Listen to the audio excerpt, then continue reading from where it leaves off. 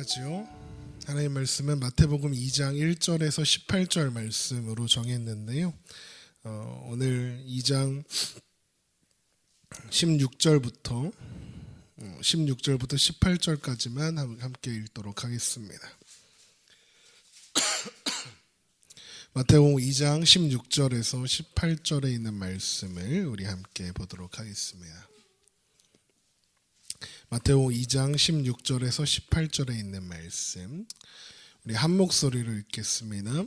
이에 헤롯이 박사들에게 속은 줄 알고 심히 노하여 사람을 보내어 베들레헴과 그 모든 지경 안에 있는 산의 아이들을 박사들에게 자세히 알아본 그때를 기준하여 2살부터 그 아래로 다 죽이니, 이에 선지자 예레미야를 통하여 말씀하신 바 라마에서 슬퍼하며 크게 통곡하는 소리가 들리니 라헬이 그 자식을 위하여 애곡하는 것이라. 그가 자식이 없으므로 위로받기를 거절하였도다 함이 이루어졌느니라. 아멘.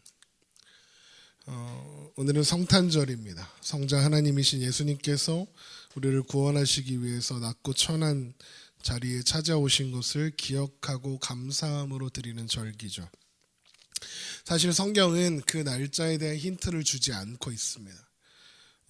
성경이 그 날짜를 가리고 있는 것은 그런 필요가 있기 때문입니다. 왜냐하면 사람은 그날이 언제로 정해져 있다면 그날을 섬기게 되기 때문에 그렇습니다. 성경이 이야기하는 건 그날이 언제인가가 중요한 것이 아니라 그날에 일어난 사건, 예수님께서 이 땅에 오신 사건이 더 중요함을 말씀하려는 것입니다. 날짜를 정해보십시오. 사람들은 그날의 주인공이신 예수님과 또 예수님께서 이 땅에 오신 이유는 소홀하게 여길 것이고 그날을 지키는 것에 더 큰 의미를 두기 시작할 겁니다. 실제로 그렇게 됐죠. 지금 오늘날 그러고 있습니다.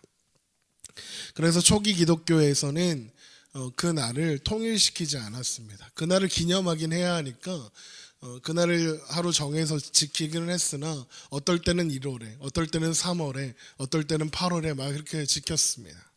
그러니까 그 날짜가 중요하지 않았던 거죠. 심지어 어떤 초대교회 교부는 교부가 뭐냐면 사도들의 제자들이 있을 거 아닙니까? 사도들의 제자들을 속사도라고 하고요. 이 속사도들의 제자들을 교부들이라고 합니다. 초대교회의 아버지들이다라고 해서요. 이 교부들 중에서는 성탄절을 정하는 것은 이단적인 행위다, 막 이렇게까지도 이야기를 했었습니다. 그러니까 그만큼 그 날 자체를 섬기게 될 것을 우려한 사람들이 많이 있었던 겁니다. 그러다가 12월 25일 우리가 지금 지키고 있는 이 날로 성탄절이 정해진 게 3세기경이었습니다. 3세기쯤에서 이제 교회들이 하루를 통일해서 그 날을 지키기 시작했죠.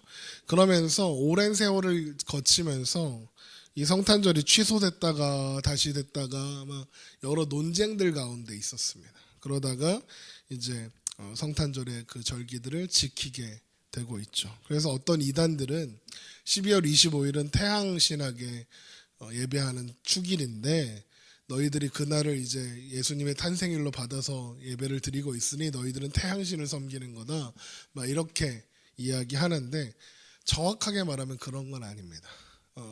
태양신의 축일이 맞죠. 태양신의 축일이었습니다. 그런데 그거를 태양신을 섬긴다 이렇게 말하면 너무 바보 같은 겁니다. 왜냐하면 그날을 예수님께서 이 땅에 오신 날로 정하여 기념함으로써 태양신 숭배가 무너져 내린 겁니다. 태양신 대신 예수님을 향하게 하는 그런 놀라운 일이 있었던 거지, 그게 마치 막 태양신을 섬기고 막 이교를 섬기는 거다 이렇게 주장해 버리는 것들이 더 바보 같은 겁니다. 어쨌든 결국에 중요한 건 날짜가 아니라는 겁니다. 예수님께서 이 땅에 오신 것 그 자체가 의미가 있음을 기억하고 우리가 절기를 지킬 때에도 그것을 잊지 말아야 합니다. 그래서 성탄절은 특히나 더 그러합니다. 그런데 수많은 교회들이 그날의 의미는 좀 소외되고 뭔가 이렇게 파티를 하고 그리고 이렇게 막 전야제 축제를 하고 막 이런 것들로 하죠. 물론 좋습니다. 나쁘다고 하는 게 아닙니다. 그 일들을 통해서 교회가 하나 되고 또 많은 사람들을 초청해서 함께 예배드림으로써 예수님을 소개할 수 있는 기회도 되겠죠.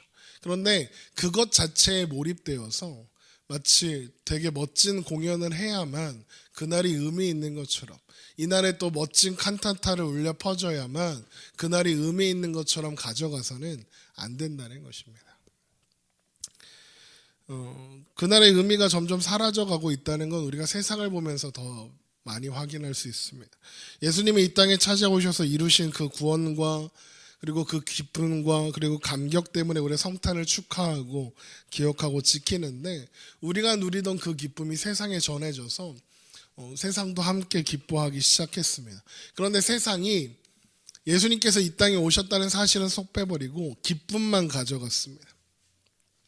그래서 주인공은 사라지고, 그래서 기쁨을 위한 것들로만 성탄절을, 크리스마스를 채워가고 있는 겁니다. 그래서 크리스마스가 무슨 뜻인지, 왜 오셨는지, 무슨 날인지 사람들이 모르죠. 어떤 아이들은 산타 생일이라고 한답니다.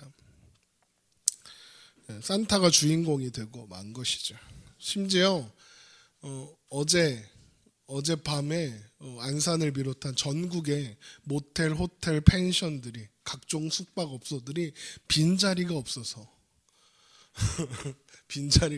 난리가 났답니다. 예수님 오시면, 만약에 예수님 이 시대에 오셨다면 묵어 가실 곳이 없겠어요. 다들 막 그런 숙박업소를 잡아서 밤새 술 마시고 파티를 벌입니다. 그날의 의미는 사라진 겁니다. 그러나 여러분, 우리에게 이 날이 남다른 것이 되기를 소망합니다. 예수님은 성자 하나님이십니다. 창조주 하나님이시고요. 모든 생명들의 주인 되시는 분이십니다. 창조주이시고 왕이신 하나님께서 허리를 굽히고 자리를 낮추어서 스스로 죄를 짓고 하나님을 떠나버린 죄인들을 찾아오기 위해서 그 자리까지 일부러 찾아오신 것이 바로 성탄절의 사건입니다. 그 특별한 사랑을 받았음을 기억하는 날이 오늘이고, 그것을 기억하며 그 귀함과 그 기쁨을 누리고 나누는 우리가 되어야 하겠습니다. 성탄절의 의미를 여러분 마음에 새기기를 주님의 이름으로 축원합니다. 그런데 오늘, 아니 목사님, 성탄절 설교 제목으로는 저게 뭡니까? 이런 생각이 들 수도 있습니다. 성탄절, 이 기쁘고 감사한 날에 라마의 통곡 소리라니요.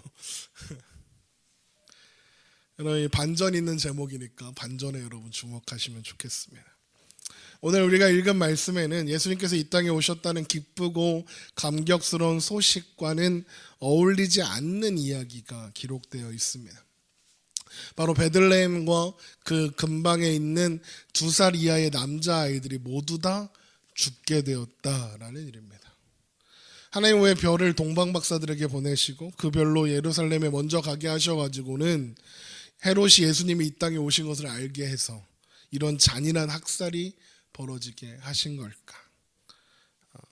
그 이야기는 예수님께서 이 땅에 나시고 동방박사들이 찾아와서 예루살렘에 도착하는 것으로 시작합니다.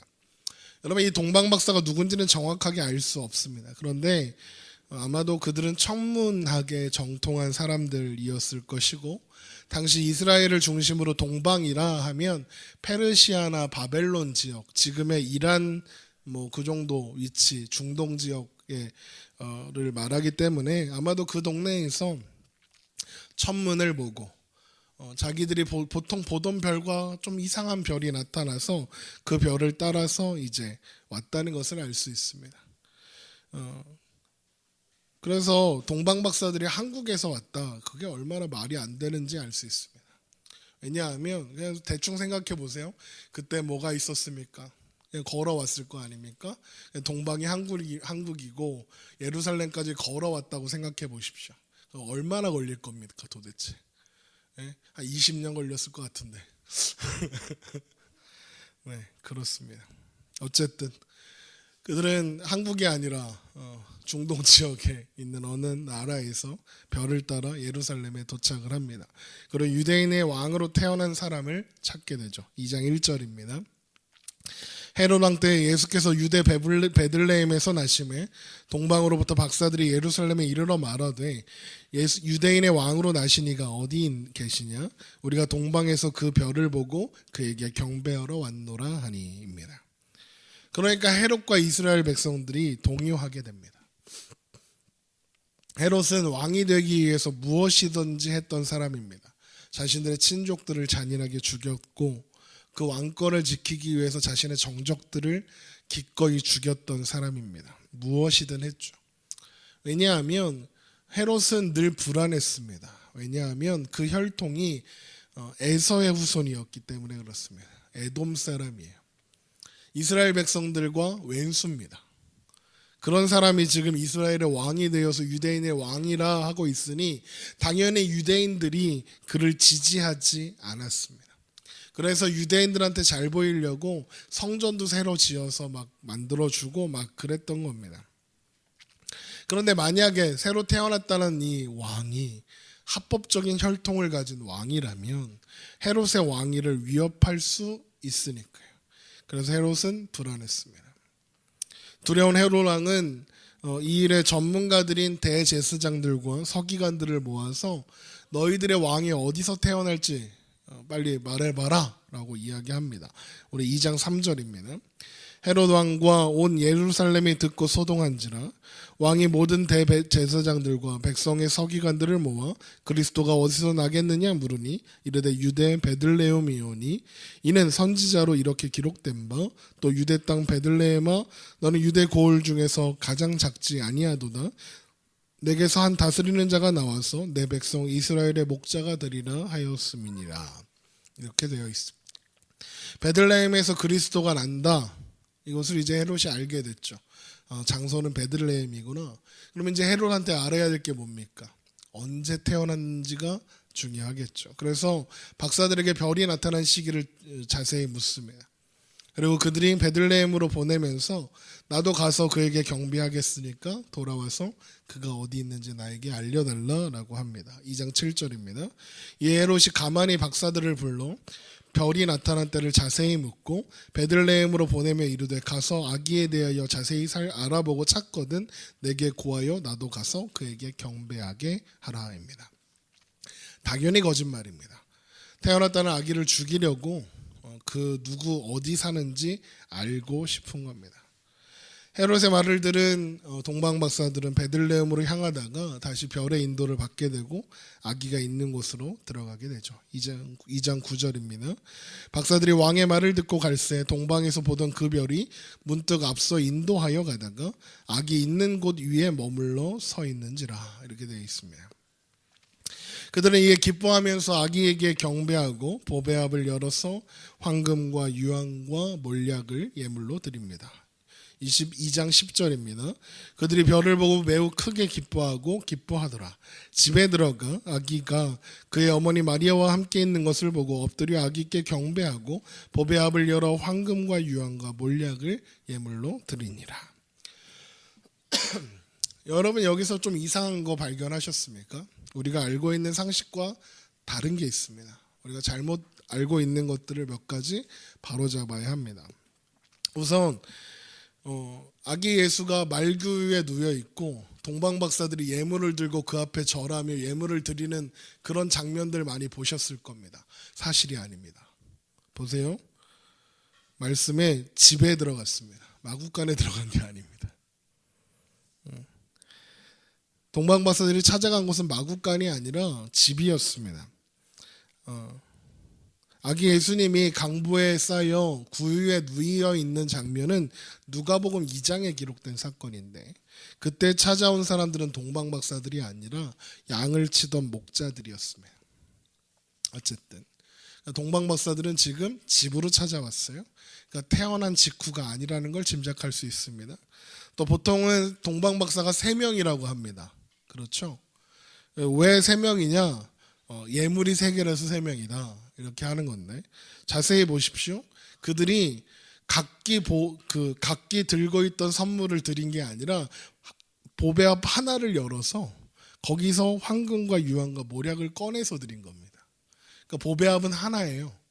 그러니까 이 황금과 유황과 몰약이 상당히 고가의 물건들이고 막 사람들이 한 사람씩 막 이렇게 막 하나씩 들고 와야 할 만큼 무거운 물건들이 아닙니다.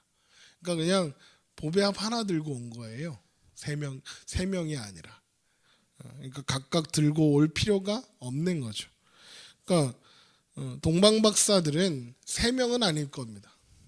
3명일 수도 있죠. 근데 3명이라고 한 적 없습니다, 성경은.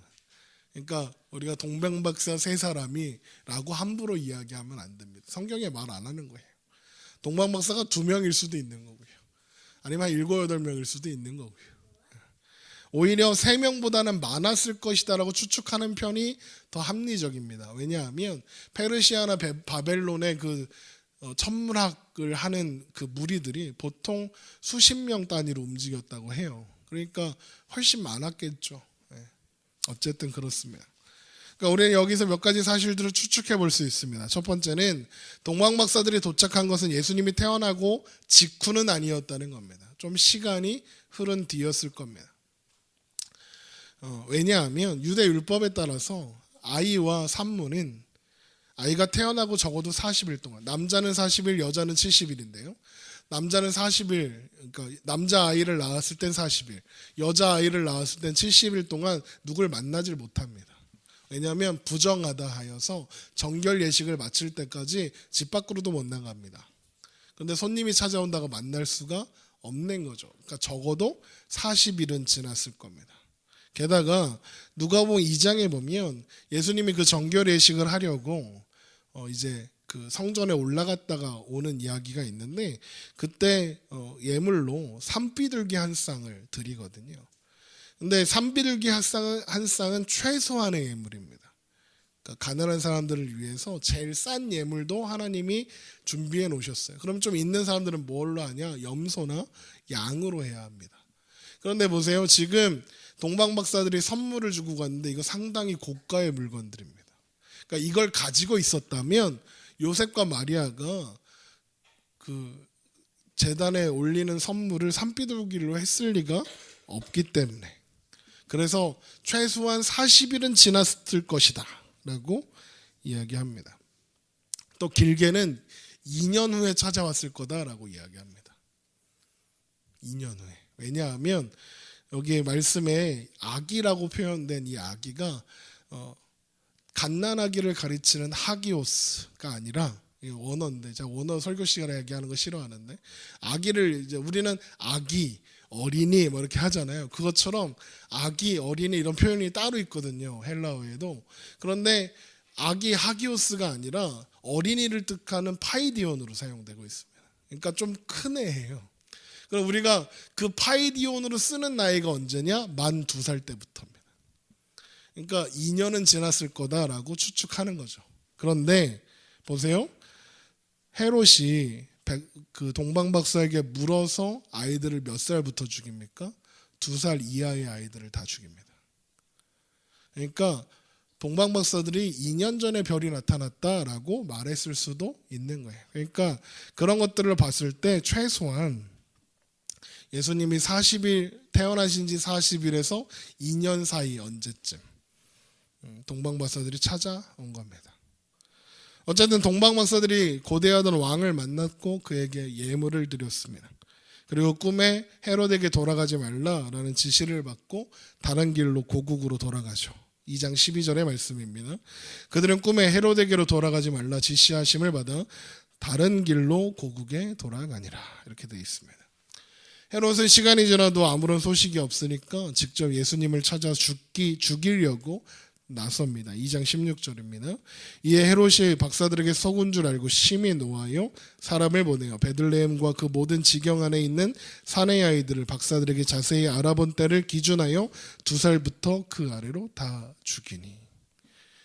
헤롯은 베들레헴을 중심으로 해서 그 일대의 2살 이하의 모든 사내 아이들을 다 죽입니다. 당시에도 베들레헴은 작은 마을이었다고 추산하고 그 주위에 인구가 대충 몇 명이었을까 했더니 한 1000명에서 2000명 정도의 주민들이 살고 있었을 것이라고 학자들이 추측합니다. 그러면 대략 계산해서 그때 죽은 아이들이 몇 명일까?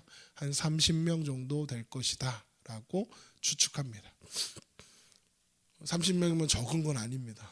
별로 안 죽었네 이런 느낌이 아니라 그 작은 지역에 이제 태어난 2살 이하의 어린 아이들 30명이 그 이상의 아이들이 죄 없이 죽임을 당한 겁니다.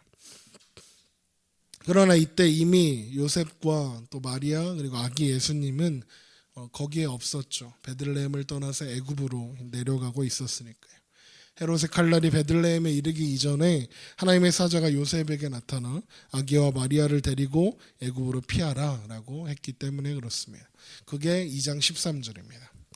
그들이 떠난 후에 주의 사자가 요셉에게 현몽하여 이르되 헤롯이 아기를 찾아 죽이려 하니 일어나 아기와 그의 어머니를 데리고 애굽으로 피하여 내가 내게 이르기까지 거기 있으라 하시니 요셉이 일어나서 밤에 아기와 그의 어머니를 데리고 애굽으로 떠나가 헤롯이 죽기까지 거기 있었으니 이는 주께서 선지자를 통하여 말씀하신 바 애굽으로부터 내 아들을 불렀다 함을 이루려 하심이라 이렇게 되어 있습니다.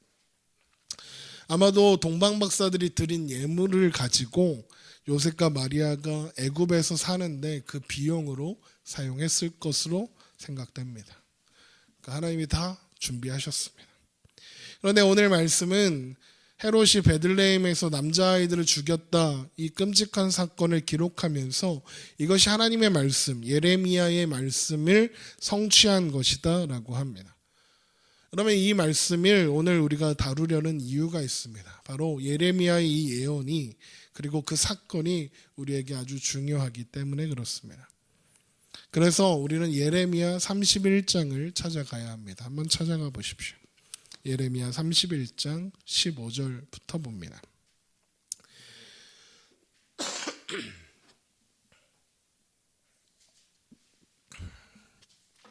예레미야 선지자는 기원전 627년부터 580년 사이에 활동한 선지자입니다. 남유다에서 활동하던 선지자였고요. 유다의 멸망을 예언하면서 바벨론에 항복하라 이래서 민족을 배신한 매국노라는 오해도 받고 그래서 핍박을 받았던 선지자입니다.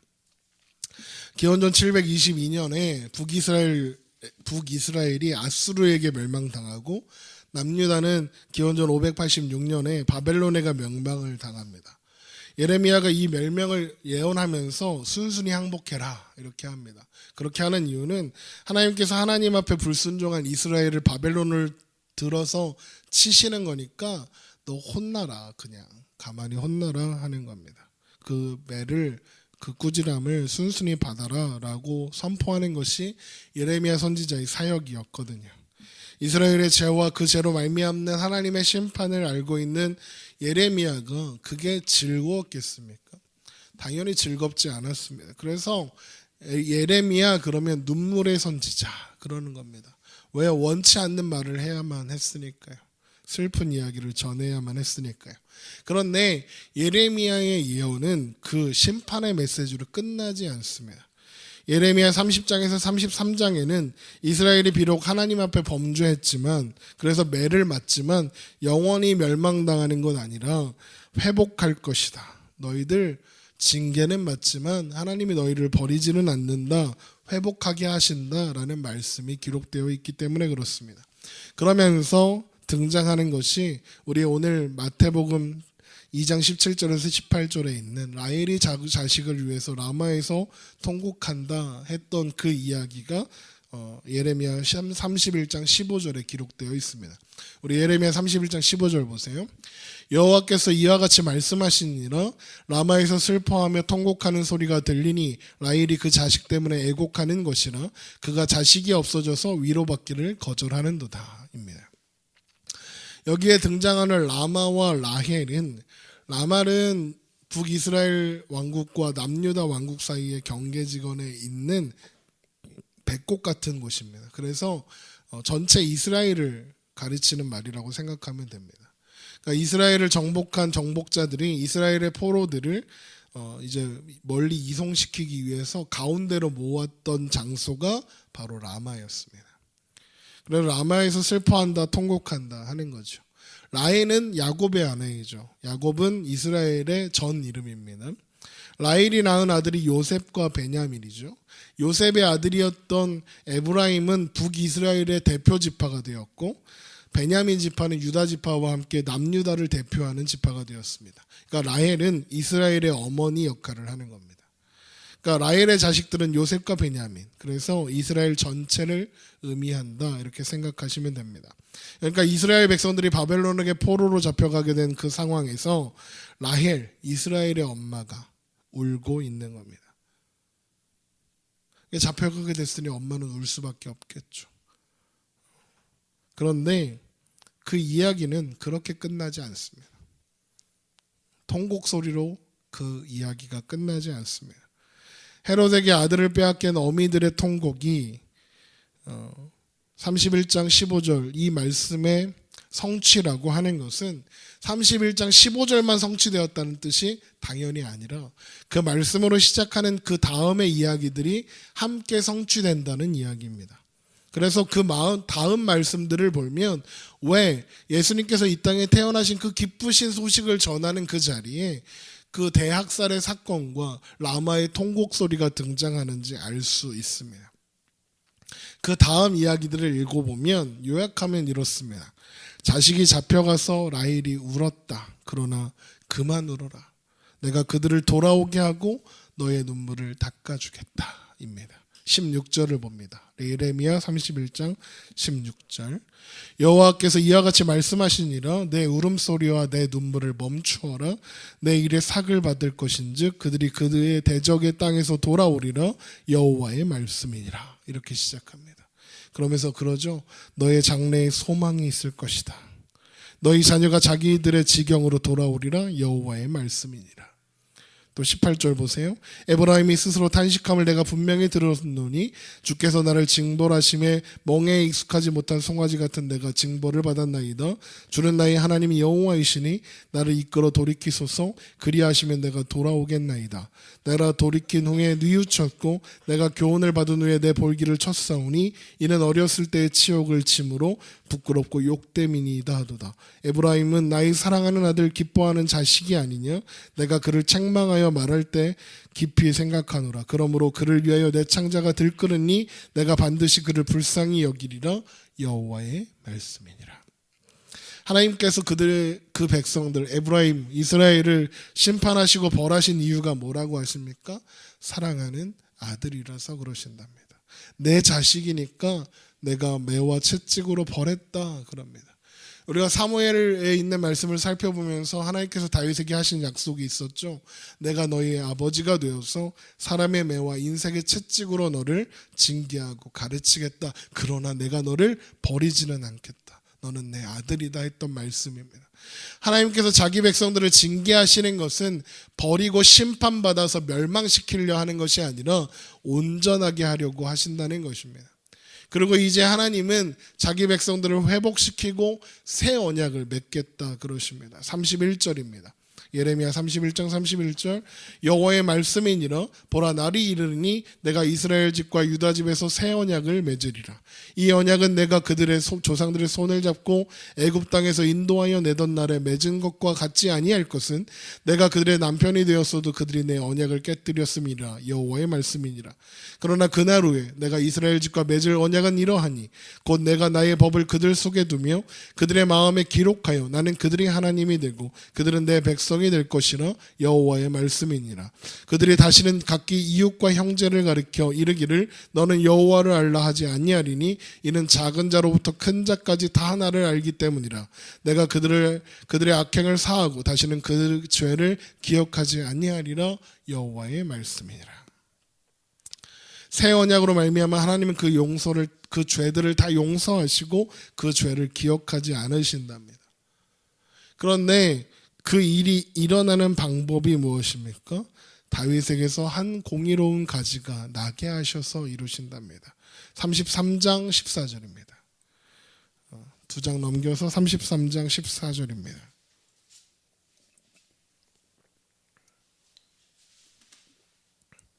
예레미야 33장 14절 여호와의 말씀이니라. 보라, 내가 이스라엘 집과 유다 집에 대하여 일러준 선한 말을 성취한 날이 이르리라. 그날 그때 내가 다윗에게서 한 공의로운 가지가 나게 하리니 그가 이 땅에 정의와 공의를 실행할 것이라. 이 땅에 정의와 공의를 실행할 자가 있는데 그 사람이 한 공의로운 가지랍니다. 이 공의로운 가지가 바로 여러분 예수님입니다. 이제 예수님이 이 예언과 어떻게 관계가 있는 것인지 드러나게 됩니다. 사람은요, 하나님께서 놀라운 기적과 간섭으로 임하시더라도 죄를 사랑하고 죄를 따라갑니다. 하나님이 놀라운 것들을 막 보여주셔도 죄에서 스스로 벗어날 힘이 없습니다. 죄인 된 성품이 그 사람을 사로잡고 있기 때문에 그렇습니다. 그러면 그 사람이 죄를 안 따라가고 하나님을 따라가려면 어떻게 해야겠습니까? 그 마음이 바뀌어야 합니다. 마음이 고쳐져야 할 건 아닙니까? 마음이 안 고쳐지면 하나님 싫어하고 하나님 앞에 범죄할 수밖에 없고, 그러면 결국 심판을 자초할 수밖에 없을 겁니다. 바로 그런 상황에서 하나님께서 그들을 돌이키시려면 하나님이 제시하시는 그들을 돌이킬 수 있는 진짜 해결책이 필요할 것 아닙니까? 하나님께서 정의와 공의를 이루실 해결책이 필요합니다.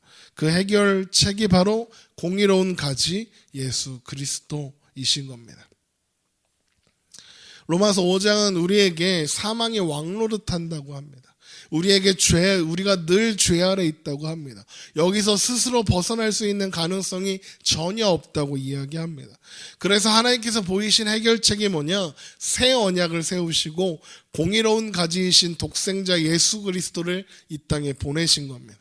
이 땅에 공의와 정의를 실행할 이가 있으니 그가 곧 예수 그리스도시다 이야기하는 겁니다.